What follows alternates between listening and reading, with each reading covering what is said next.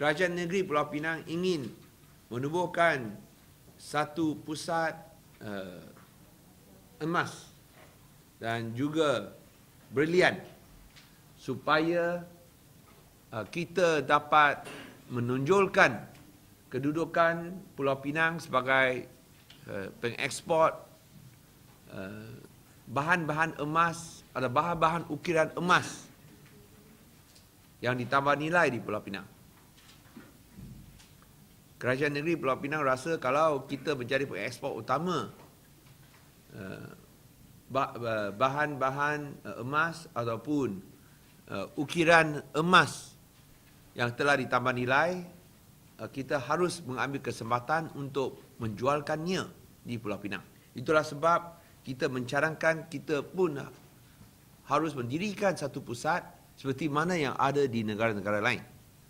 Dan dalam aspek ini kita meminta carangan daripada semua pihak termasuk peringkat antarabangsa. Dan carangannya ialah untuk akan dibina di depan Perangi Mall, di mana kos akan ditanggung oleh mereka dan operasinya pun akan dijalankan oleh mereka. Kita rasa bahawa pusat sedemikian akan mengalahkan dan juga menarik perhatian bukan sahaja daripada orang-orang tempatan, baik di dalam ataupun di luar negeri Pulau Pinang, tetapi juga pelancong-pelancong asing. Cadangan ini akan dibuka mulai 1 hari bulan Julai dan akan tutup pada 1 hari bulan Oktober, iaitu selama 3 bulan.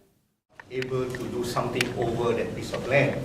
I think some design controls has to be established. So that is why we are not wanting to disturb the plazas or the public spaces. That is very important for the linkages and the connectivity and urban design.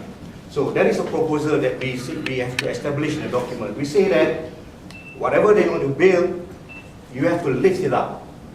It's like building over the sky. On the ground, it can still be a good public plaza. So we are actually trying to kill two birds with one stone. Having a good gold and jewelry bazaar, but also enhance the connectivity of overall Komta. From Komta Walk. Komta Walk, yeah. So they can walk from Komta Walk to here, and later on go into the phase 5 of Komta. So that's why this is important. Komta Walk, go walk. Gold walk. So there is some control that we need to establish here. I think that it gives some good potential. Of course, when the builders, the developers come, they probably have a better innovation than this. So we leave it to them. We leave it to them. But this is some of the indicators that actually what can be done.